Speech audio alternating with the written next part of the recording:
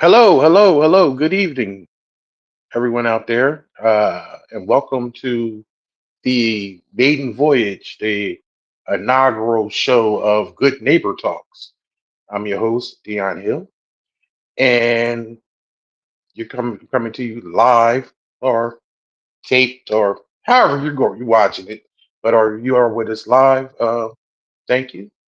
Um, and I'm coming to you through the IME app and hopefully or in YouTube or in whatever other way you're using this.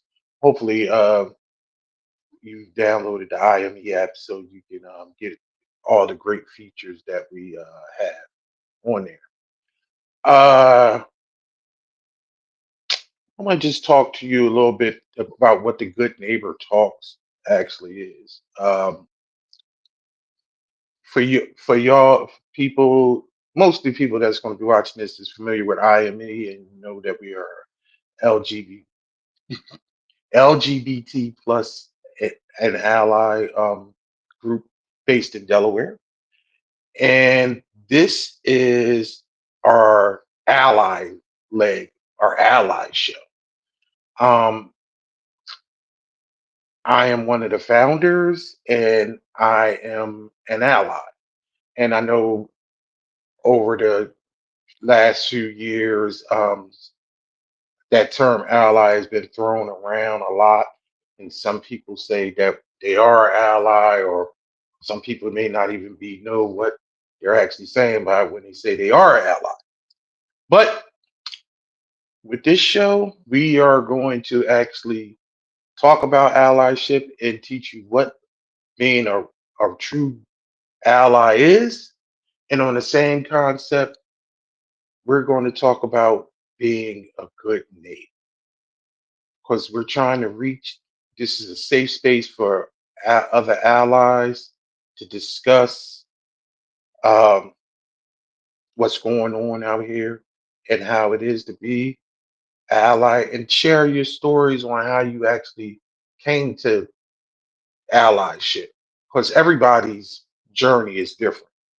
Um, we've done so many different events over these years, and when speaking to other allies, they come to this epiphany in different ways. Some people are just automatically just born that way because they were raised that way. And then I like to always joke and say that I was drafted into this group because sometimes you are a dormant ally and you don't even know it. Um, and when you get activated and you get educated, then you actually become engulfed in the struggle. I'm going to start with that, but I would like to welcome everybody, friends, family, neighbors, and even the enemies. Because at some point, if you're not watching now, it's some people that's going to be out there that are enemies to the community. I'm going to.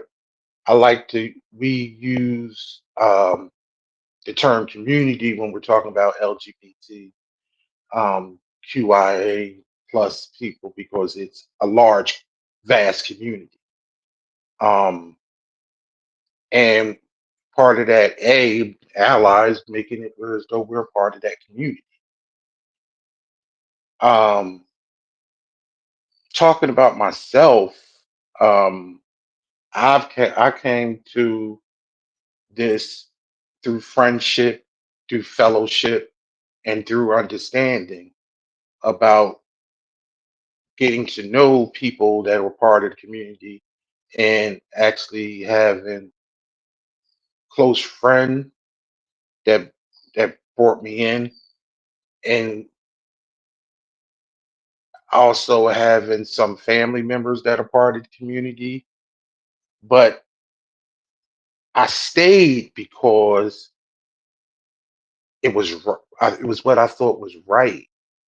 And I often say in a lot of our events or speeches, like, other than my children, this is the proudest thing that's ever I've ever quote unquote created or have been a part of. And I truly feel that way because I think I truly believe if any person is be discriminated against and treated unfairly just because of who they are, then how can I walk this earth with my head held high and just say that has nothing to do with me? And see, that's the whole thing about the good neighbor. You know, we used to grow up in a time where as though we use terms as I'm my brother's keeper, or it took a village to raise a child. I can remember whereas though when you lived on the street on a block, everybody else looked out for all the children on the block, or or if you had a child that was acting up and their parent was around, then that neighbor down the street, that Mr. Lonnie or that Miss Cookie would grip them up and straighten them out, and we took responsibility for our community. In the greater vision, if your neighbor is being ostracized and being disrespected for just being who they are, how can you stand quiet and just allow this? This is not a political show, but politics plays a lot into what's going on in the struggle with the LGBT community, especially with trans people. And I want to actually explain to you, like, human beings are not political pawns. When you talk about identity and gender and you talk about race, these used to be things that wasn't actually part of the political spectrum. This is a social thing. This is a civil thing. This is civil. This is not political, but it's constantly being used in the last few years to be a political thing about humanity. And I dare to say that over the past 5 to 10 years, a lot of us have lost our humanity. Um, One of the things I want to do before I get on to that and discuss America, uh, if you're watching this on the IME map, if you're not, you should download the IME. And if so, where so you can get push notifications. We have an online community. Again, I would like to say this is a safe space. So whereas though whatever is discussed within the community and who you are, it's not we're not gotcha people. We're not trying to out people or things like that. We want people to feel safe, to have conversations, and actually to be educated. Right now, we got a lot of new things going on the app. Um, we have a weekly motivation that comes out every Monday. Also on that Monday, we have a weekly blog that will be dedicated to different types of things in the LGBT community about historical, political things, and also about allyship, um, different news that's going on in the community throughout the state, the nation, and in the world will be on there so to keep you informed. And actually, you can come on and actually be educated and also find some like-minded people that you can feel safe to actually communicate with. The biggest thing about IME and the word and the saying is I am me, who I am, and we respect that.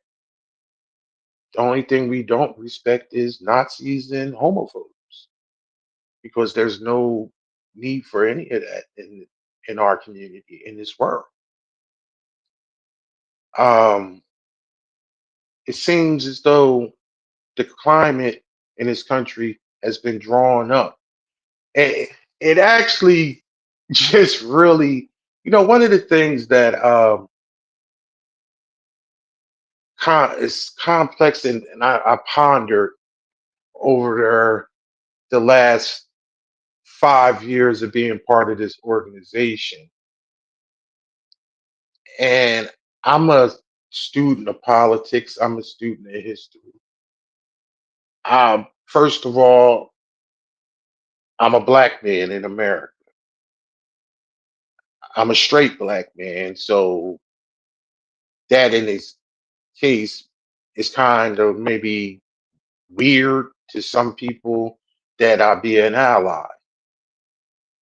But I just compared it to the civil rights movement in the 60s when black people were out there pushing for equality. And just as long as history has been spun in America when it came to my people, we have always been the whipping boys. And the evolution until recently, you couldn't, you know, blatantly outly just be racist towards people of color. But it just seemed as though, and this is always what happens in America, if you actually think about it. If you step back and just look at it from a, you know, 360-degree and an overhead view, you will always find some group that is okay to beat up on, that you don't get any pushback from the general public. And now it's the trans community because the wording and how society views things, it's okay to beat up on the trans community. Just like it's just now the term immigrant is a swear word. And last time I checked, if you are not the 7% of the Native Americans that, hadn't been slaughtered in this country, you're the only ones that's not an immigrant. No matter how you got here, on what boat, what plane, legally, illegally, in chains, out of chains. But immigrant now is a curse word. Being trans, it's not actually being a human being to some people. Being part of the community is just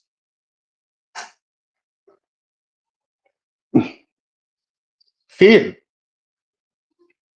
staying at home. So people, I've been told stories about people detransitioning, people going, being stealth. Stealth is a term where as though they just not being out of the closet, going back in, people going back into the closet for fear. Um, I like to tell you, for us, for our organization, and for this program, and just our organization, you can be who you want to be, and we're here to support you. This is all the concept of being a good neighbor, being your brother's keeper, looking out for the block, being part of the community. I ring the bell for people that's out there that are allies to step up and come and conversate and break bread with us. Because I want you to understand being an ally doesn't mean you got to go in and walking down the street in any marches or any signs. If that's what you want to do and that's how you feel, great. But of being an ally, a true, and being a quote unquote good neighbor is is protecting the LGBT community against anti people that are trying to attack them verbally, emotionally, and just standing by their side. The true mark, I always say the true mark of an ally is what you do for your quote unquote LGBT friend when they're not there. When you are in those spaces where as though someone is talking negatively. And a lot of times this comes into play with me because people don't may not know that I'm part of a LGBT group. So they may say something that is offensive and that's coming out of religious dogma or just out of ignorance. And then I correct them because I don't like to hear that talk around me. And I do not want to be associated and be with people that feel that type of hatred for somebody that you don't even know. 9 times out of 10, the people that are anti-community, they don't have any dealings with. You know how they often say when it came to black people and white people was they would just use stereotypes and tropes that they actually were heard and was taught, but they never had any contact with anybody that was a person of color until they may went to college or they were on a job. That's just the ignorance.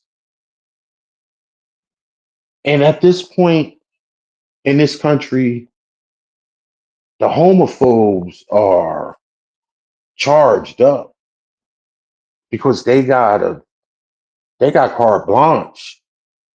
It's carte blanche to be anti anything, anti gay, anti black, anti woman, anti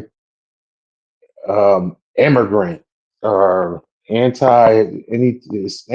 If you not, it's so crazy that the storyline has been changed with the whole term of woke. This is what people do. They hijack a term and make it themselves and then change the whole definition of it. This the whole anti woke agenda, and I'm sorry, it sounds like I'm talking about politics, but I'm talking about it's not politics. Politicians are using these terms. This is a societal thing. This is about how we interact as people. It's just being co-opted into a political thing. But man, if you turned on the news and you read any type of it, you would think that straight white men had it bad for 400 years and they've been getting woo, they've been getting whooped, mistreated, something serious. Because what? Other people want a piece of the pie, want to be respected. You know, this is why when it comes to the LGBT community, allyship is so key. It's so immensely needed.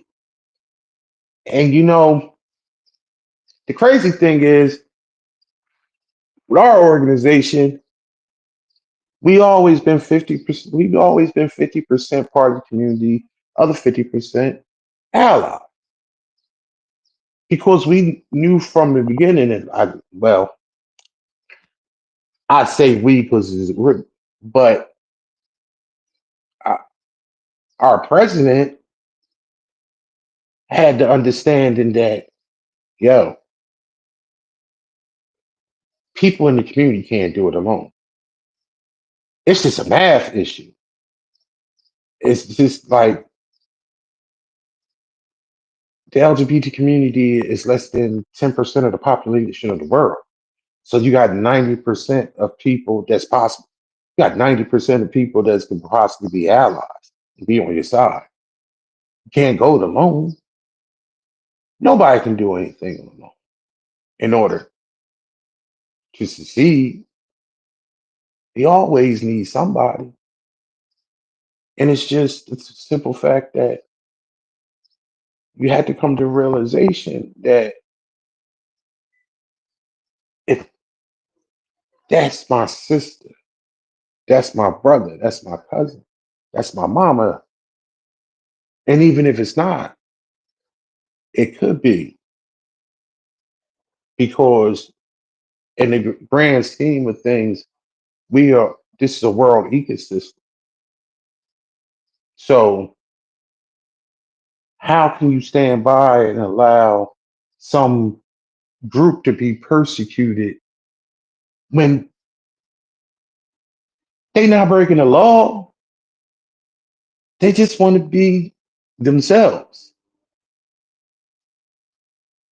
And we all are unique in our own way. I use the term,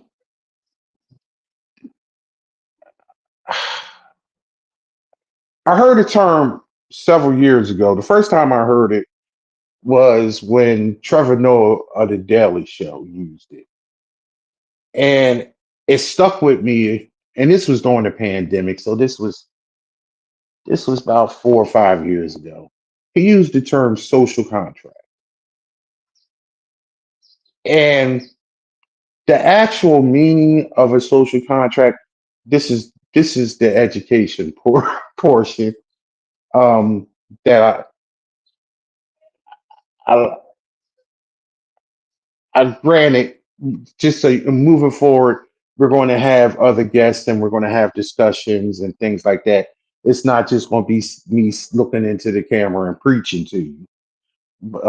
But I wanted you to understand the foundation of the good neighbor talks.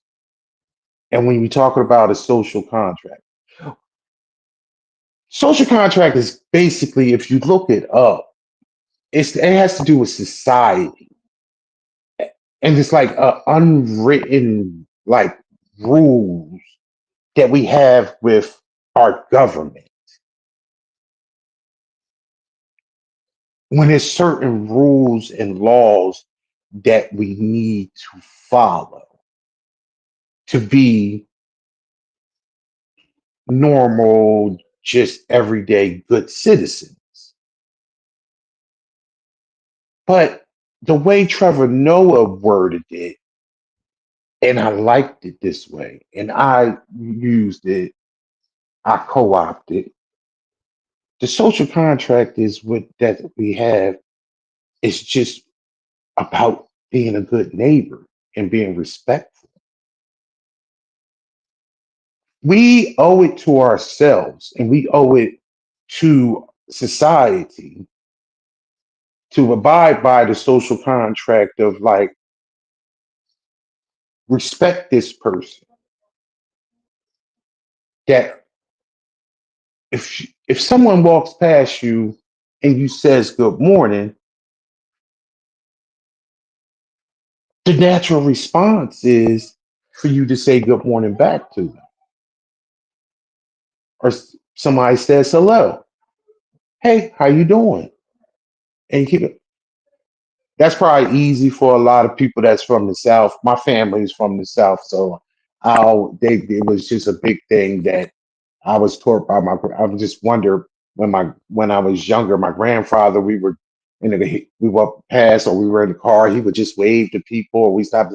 Hey, how you doing? This that, and I would say, Papa, you know them? He said, no, that's just what we do. You just speak, just because it's just the right thing. You see somebody, you walk past them, or you see them, you say hello, you say good morning. We, it's a very archaic thought pattern, but in the sense of, wow, we losing recipes. And even as small as, I'm from the north. I'm from New Jersey originally, and then quote unquote the hood. You may not say good morning, but you had the head nod. You make me walk past my hey, yo, what's up? If it was a if you were a person, who's using a person of color. If you was a black person and you was at an event, a mixer, a party, or whatever, and it was very much the other people there, and then you see another black person there, and y'all often would give a little head nod, give a little point, and that was the indication that I see you, I'm in here with you, respect. Where does this that was where did the social contract go?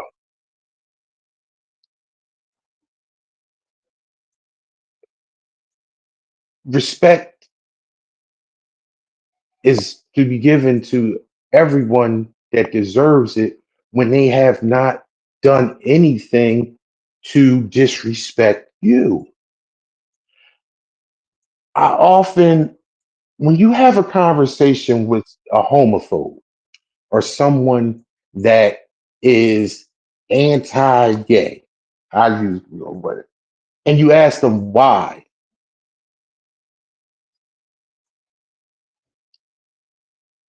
other than some barbaric book that they use or for religious, because I believe religious reasons is a cop out, or I was just brought up that way, brought up to hatred. And when you ask them, do they know any gay people, or have they ever had a conversation with a person in the community? And 9 times out of 10, they have.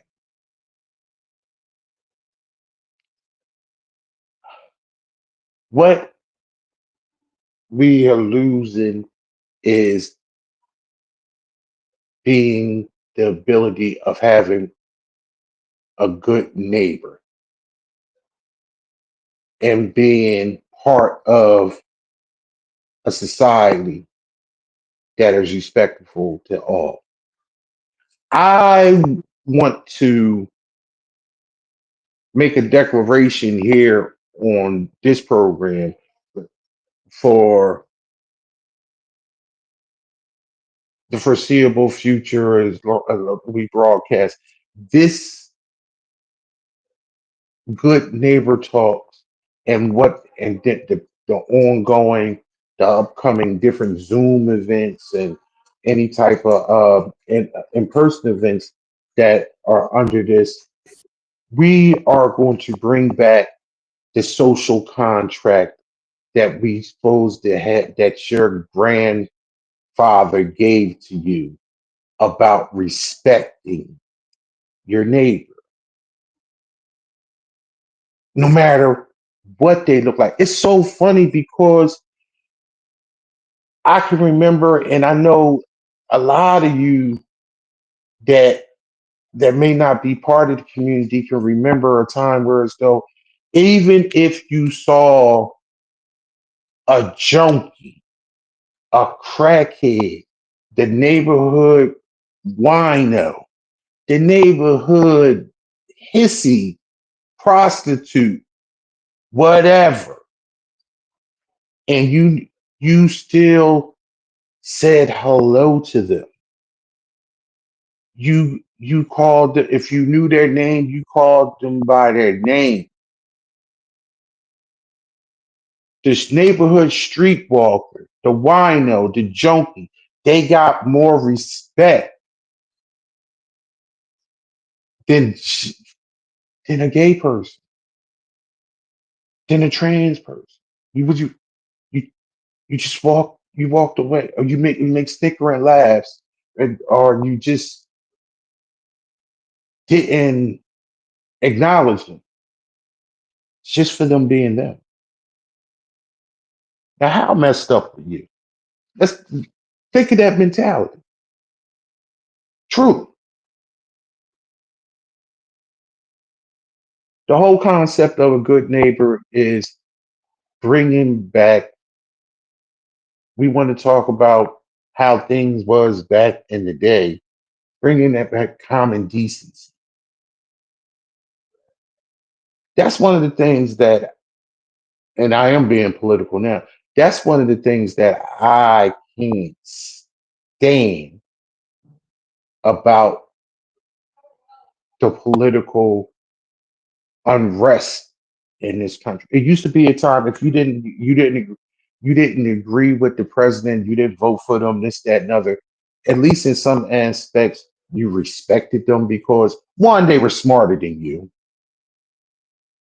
Most of them, I was, then as I got older, I realized that I was smarter than a lot of them. But they just had a, even if they were screwing you in the back room, at least they was decent in the front room. Now decency is just going out of the out of the door. I just I really have a problem with that. But I'm gonna bring it on home. This is going to be a little bit shorter show because I don't have a guest today, and this is the introduction. But I just want this show is for the allies, and trying to get more people to come out and come become an ally. And we are going to have guests that are part of the community and that are allies or possible allies, and we're going to have discussions about the climate in America and the climate that's even in Delaware, because you may think people of the community that you're safe, but it's a lot of rumblings and people that are not for the community in this little state also. And they are voicing their opinions big time. um but here this is a safe space, so where as though you can we can talk about it, and on also on the IME app and things like that. So more information is going to be prevalent to you, and so you can actually get and be a part of it, and that way you can come to a honest opinion about the community and why is if you want to fence like you can get off that fence and actually be a good neighbor and actually be your brother's keeper, your sister's keeper, uh, and worry about something that is important, that is may not be affecting you directly, but one of the greatest things, one of one of the greatest things that I learned from reading about society and about just how things work in the world and how history has taught me this, that what do you think is going to happen when they're done with them? Because they're then they'll be coming for you.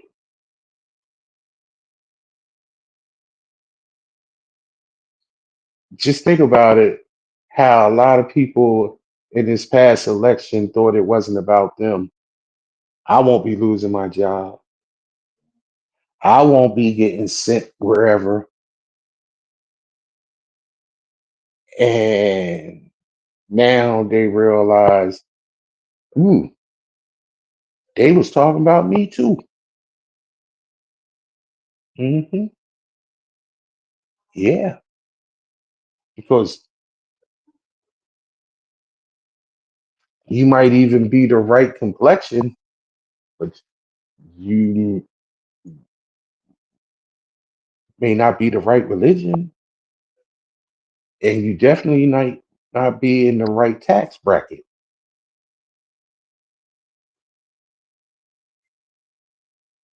So I hope you enjoy when if whatever you see this, and you got a little bit of insight on what the Good Neighbor Talks is going to be about, but also you can want to be a part of the IME movement in the community. Um, Seek us out. If you have any questions or you want to be a part of the conversation moving forward and things of that nature, you can email me at dion@imecorp.org, um, and or even also go onto the like our website or download the app and get more insight of what we're about. And if you're a potential ally or an ally, thank you, thank you, because I know as being one, I don't look for things, um, but because I know I don't want to compare being an ally to being part of the community because they have to deal with things that I don't. But I do know that it is possible, struggles that people as being allies have to deal with from their friends, family, or coworkers if they are, I often get questioned about my sexuality and orientation because I'm part of this group. Because people don't get a concept of a straight male being in a gay organization or being around gay people. Go figure. It just boggles the mind for me because that just people are so ignorant and small minded, you know, that they can't see the forest through the trees.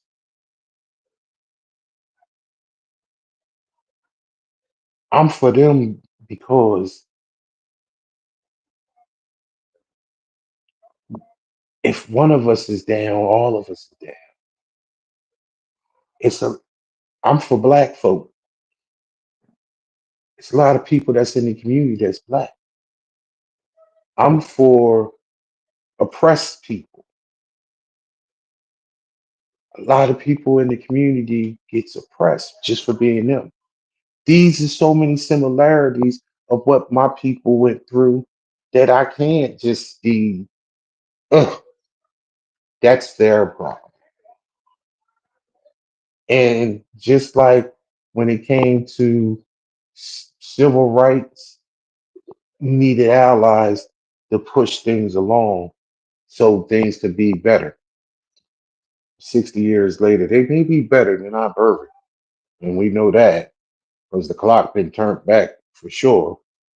But people like me and people that, that my board, you know, you still got to speak up and you got to organize and you got to have these uncomfortable conversations so we can just get a little small, better slice of our little life on this blue marble. And with that, I'm going to leave you with that because, and I hope that you have a better understanding of what being an ally is. And I hope that you you join us in future broadcasts and you actually use and be more visible and understanding about the social contract.